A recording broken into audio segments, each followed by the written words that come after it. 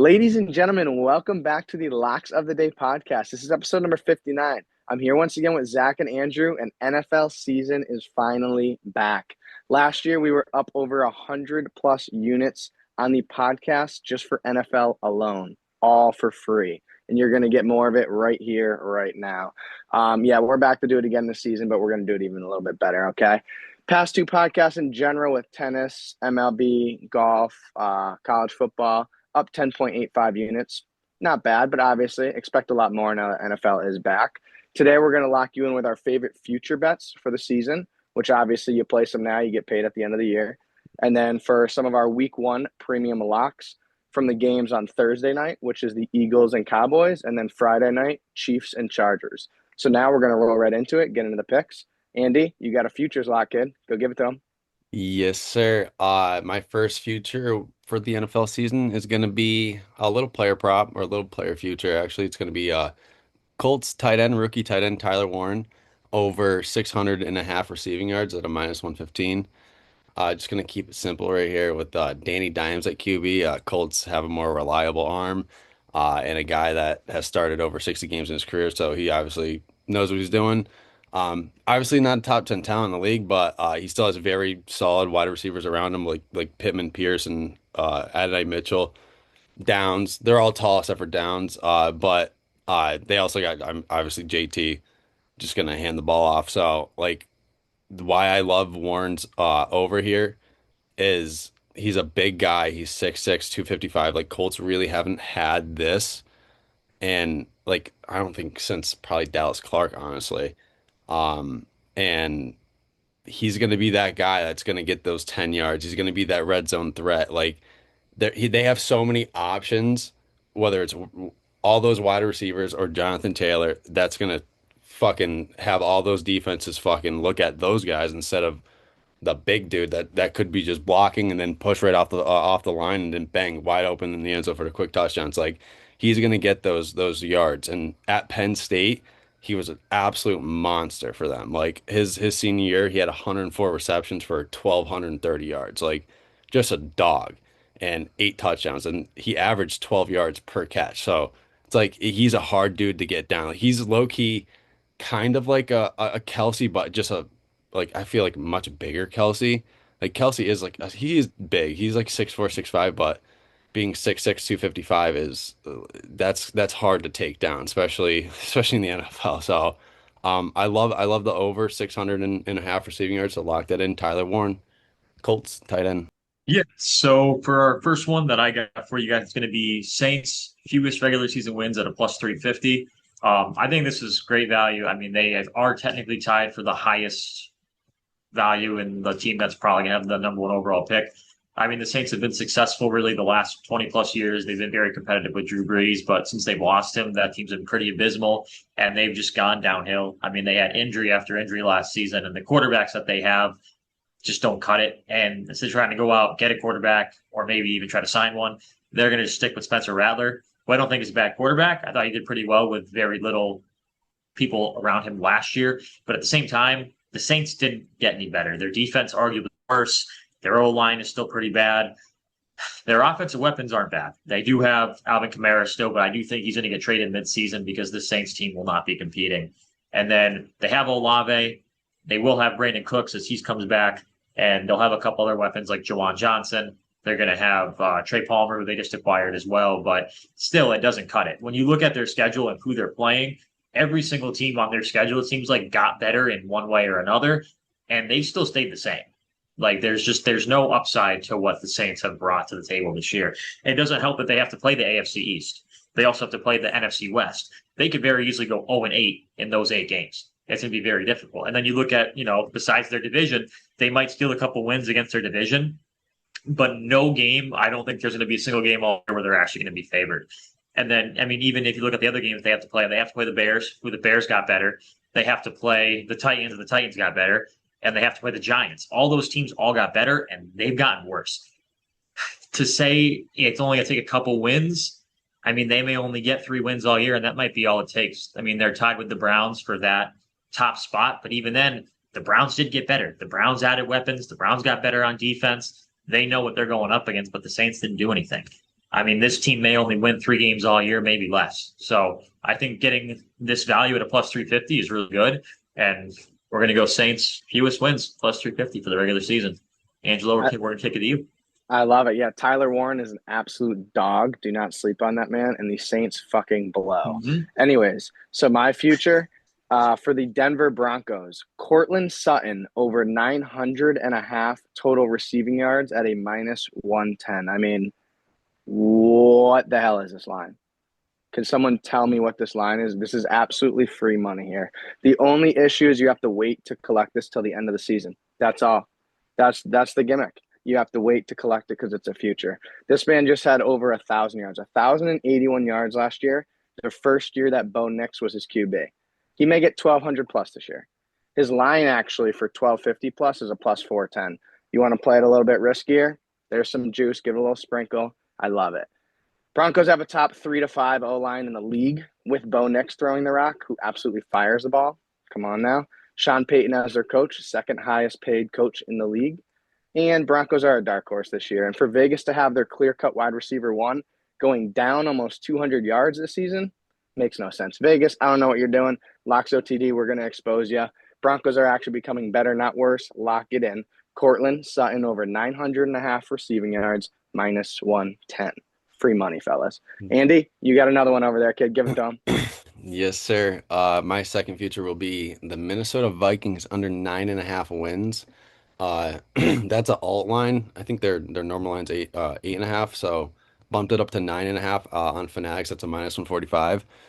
But for the Vikings, there's zero, zero chance that they win 10 games. Zero chance. Especially being in the NFC North, like you got to play the Lions twice, you got to play the Packers twice. Okay, there's 4 L's right there. Bang. Like, see you later. Bears, actually pretty solid. Like they have a great defense. Like they kind of have a pretty good defense. And Caleb Williams, still learning. So we'll split it right there. 1-1. We'll call them 1-5 in divisional play, right? Then looking at the rest of their schedule, very tough teams. They got to play the Eagles, Bengals, Commanders, Ravens. There's 4 losses right there. You're 1-9. Okay, so there's literally zero chance they are touching 10 wins. Like mathematically, right there, there's zero chance. So, and also, I got zero faith in JJ McCarthy. Like his first year, rookie season, dude got I don't even he like did something to his leg last year. Like he's just irrelevant. He's terrible. And then his backup's Carson Wentz. I mean, come on. So the receivers, I don't care about. O-line, I don't care about. The NFC North is the scariest division. It's like you don't have Sam Darnold to rely on, like to go have his best career, like his best season of his career, to basically save his own career. It's like all that's not happening again. They're not gonna go win 14 fucking games again. It's like, nah, they ain't winning 10 either. So under 9.5, minus 145 Minnesota Vikings. Fuck out of here. Zach, give them the 2 star or your second one. Yeah. So I got to follow. So where I'm going to start is I got another player prop for you. Bryce Young over 3,150.5 receiving or passing yards. So this one, as Angelo said, it sucks. You got to wait till the end of the year to cash this and get your money because this is looking pretty free. I mean, for what I think this total is so low, I think the reason it's so low is just because they're looking at his last year's stat and not realizing what this year is going to look like for him. His first year, he obviously struggled, but I think the Panthers actually have done a really good job of actually trying to develop a quarterback and not giving up on him. And last year, at the beginning, he struggled a little bit, but then he took those 2 or 3 games off. They played Andy Dalton, and he came back firing. His last 7 games, he averaged over 300 passing yards, and the Panthers were actually like a really good team. And they played in some very competitive games and a lot of high-scoring games, which is what I'm looking at. You know, they played a 38-35 overtime game against the Falcons. They played another 30-27 overtime game against the Buccaneers. If we keep going like this, they play 6 divisional games against 6 teams that fucking suck. The Buccaneers defense is terrible. The Saints are just ass, as you guys said. I mean, we can't really. I mean, I feel bad for Saints fans, but they're terrible. And then they got the Falcons, who are going to be competitive again, but their defense sucks. I mean, all those 6 games, Bryce Young might go for 300 yards and 3+ touchdowns in every game because his defense himself isn't going to be very good as well. So he's going to have to pass to keep them in these games if they want to win. And on top of that, too, you saw Chuba Hubbard take a big leap last year. And I think teams are really going to zone in on trying to stop the run, and they're going to force Bryce Young to throw. And by forcing Bryce Young to throw, you're going to see this guy dotting up everywhere. He's got some decent weapons on the offensive end. They did just lose Adam Thielen, but they did just get back Hunter Renfrow. So, I mean, this Panthers team is going to be, as they say, frisky and fun.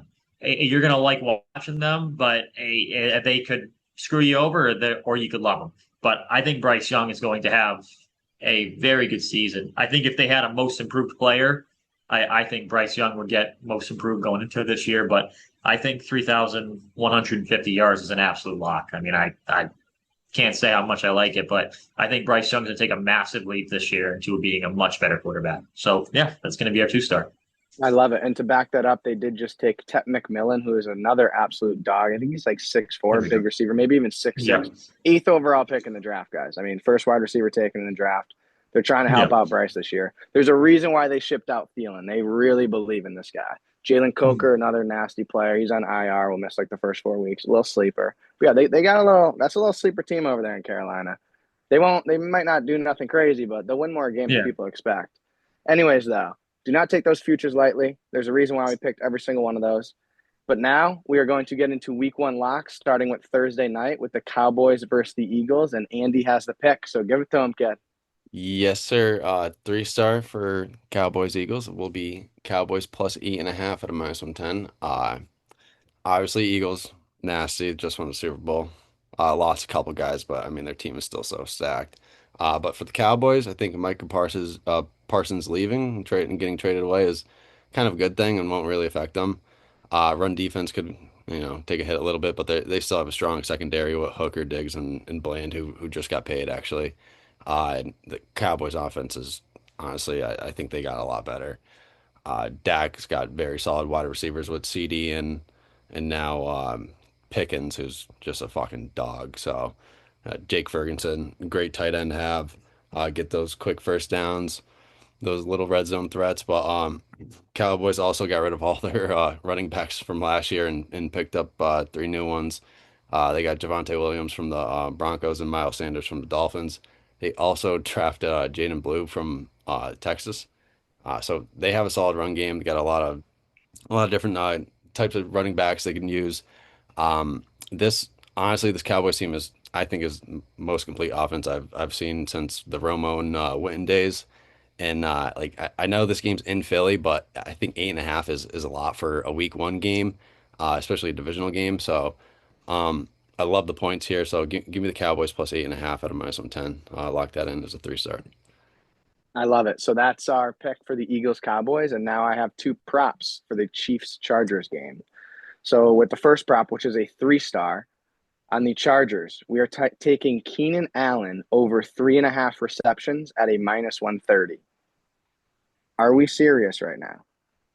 The reception king back at home with Justin Herbert. And you are telling me he needs 1 catch per quarter. You're serious. He's the clear wide receiver 2 on the team because Quentin Johnson is still trash. Jay Herbo can sling the rock. Keenan Allen is one of the best route runners in the entire league, maybe behind Davante Adams, and that's about it. Just 2 years ago when he played for the Chargers, he averaged 8.3 receptions per game. The math ain't math in Vegas. We're exposing you again. Let's not be dumb. Take the free money. Keep it simple. 3-star, Keenan Allen over 3.5 receptions, -130. Now a little 1-star. On KC, the Chiefs, I got Xavier Worthy under 5.5 receptions at a -145. Why? Because Xavier Worthy averages 3.9 receptions per game last year as a rookie. Also, he played in 16 games. He only went over 5.5 receptions 3 times. 3 times out of 16 games he did this. I think Worthy's more of a big play guy, not so much a high reception guy. Yeah, he might go get 70, 80 yards. It could be in 3-4 receptions. He's not going to go get 6 receptions and get like 40 yards or 30 yards. It's not the type of player he is. He's kind of a big player type of guy. Also, Mahomes loves to spread the ball around to whoever's open. He don't really care what your name is. He's just going to throw to the open guy. He's talented, obviously. He's one of the best in the league. He has no problem throwing to the no-name players if it means taking the easy first down. Just because your name's Xavier Worthy, he's not going to look to you more than everyone else. So I love the pick. Little 1-star. Xavier Worthy under 5.5 receptions at a -145. Fellas, we are absolutely locked once again for this NFL season. Do not forget it. 100+ units last season. We are going for bigger and better this year. Do you boys have anything else? Nah, let's go. Come on, let's fucking have a Beautiful. crazy Let's season. I do go. have one thing. And it's not football. But if you guys aren't following our fucking tennis picks right now, Angelo is a man on a mission. We're talking Linsanity run. I mean, it is like what? It's 80 units right now we're up, or you're up, or Yes, whatever it it is. was. It It's an was. insane number. We were 18-2 for the U.S. Open Hammers, up 80 units. We now lost our pick today, so 18-3. I think it's up 72 or 73 units. Pretty crazy in only a week and a half. I I've mean, never seen anyone hit like this before in my life. Like I've honestly have never seen anything like this. Like literally people think it's fake and it's not fucking fake. Like that's the crazy part. Like it is wild to sit there and watch these picks fucking cash. It is insane. every Insane. night, every night, all the plays get sent out, fellas. This is real shit. Locks OTD, we stand on being the realest and most profitable, so stick around with us. We know, actually, shout out to all you because most of our followers have been here for years. It's not even like you just joined on and you're here for weeks. Of course, we appreciate you if you have and everyone that's new. But I'd say at least 80% of our people are a year or longer, Yes, which is sir. pretty impressive. So thank you guys for Awesome. sticking around with us. Locking in once again on another NFL season. And it's going to be a great one. So stay tuned. Thank you guys so much for tuning in to podcast number 59. And Locks OTD is out. Peace. Woo!